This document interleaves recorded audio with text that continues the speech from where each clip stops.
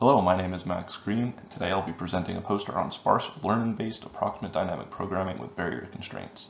My co-authors are Patrick Batula, Scott Navizin, and Warren Dixon.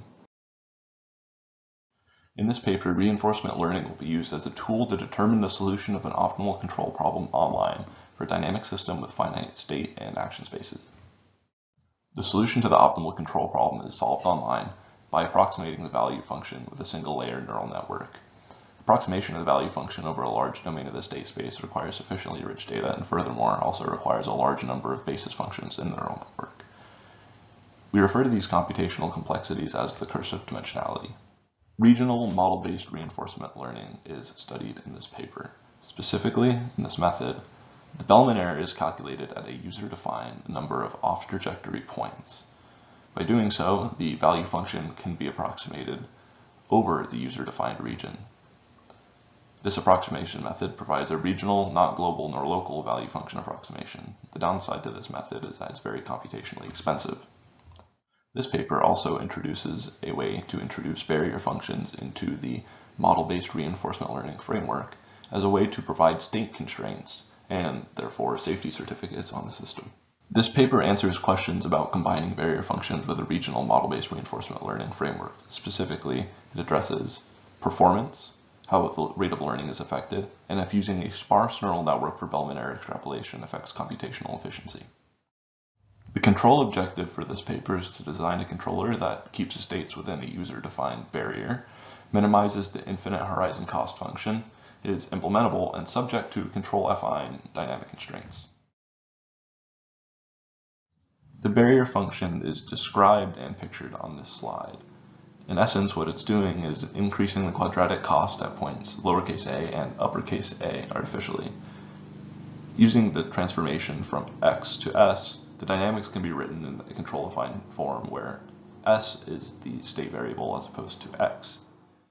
The infinite horizon cost function can be written as a function of s and u instead of previously, which was x and u.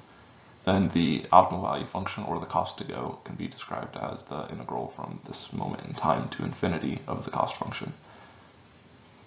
Then the optimal value function v star can be approximated with a single layer neural network. So in ADP, the objective is to estimate W, which is unknown a priori, with an actor-critic based approach. In the actor-critic approach, we update the critic weight estimates and the actor weight estimates separately. So the critic corresponds to the estimate of the optimal value function, and the actor corresponds with the optimal control policy. The critic weight estimates will update to minimize the Bellman error, which is lowercase delta, and the actor weight estimates will update according to the difference between the actor and critic weights. So the critic trying to minimize the approximation error, and the actor is trying to chase after the critic. In model-based ADP, multiple types of Bellman errors contribute to the weight update policies. There are the on-trajectory Bellman errors, and there's also off-trajectory Bellman errors, also known as extrapolated points. The combination of using the on-trajectory and off-trajectory simulation of experience points allow the system to simultaneously perform exploration and exploitation to sufficiently learn the value function. The downside of using Bellman error extrapolation points comes from this summation term here, which occurs in the critic weight update law. With a very high dimension and a large number of extrapolation points chosen, it's computationally demanding to determine the value of this summation. So to combat this, a sparse neural network is used in the computation of this summation term shown here. And the future work will quantify the benefit of using a sparse neural network here as opposed to a non-sparse neural network. The main theoretical result that's proven in this paper is that given a post-barrier function control-affine set of dynamics, and by choosing a certain number of extrapolation points and certain gain conditions, the state weight estimation errors and the control policy are uniformly ultimately bounded. To demonstrate the performance of an ADP type controller with and without a barrier function, a two-state simulation was performed. So the performance here has been altered a little bit to show the impact of the barrier function more so. The quadratic cost of the pre-transform states are shown in the top left figure, and the quadratic cost of the post-barrier transform state are shown in the top right.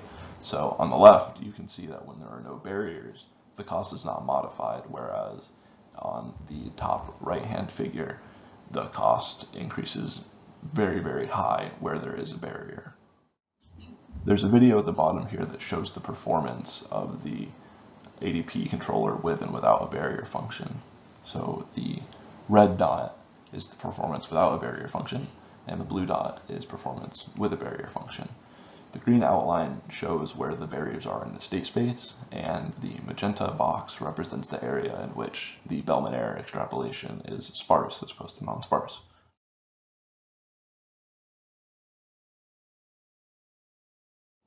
In the simulation video, you can see that the blue dot, the barrier function ADP controller, moves right up next to the state space barrier, but does not cross over it before converging to the origin, whereas the red dot, the ADP controller without a barrier function, disobeys the state space barrier and goes outside of it before eventually converging to the origin.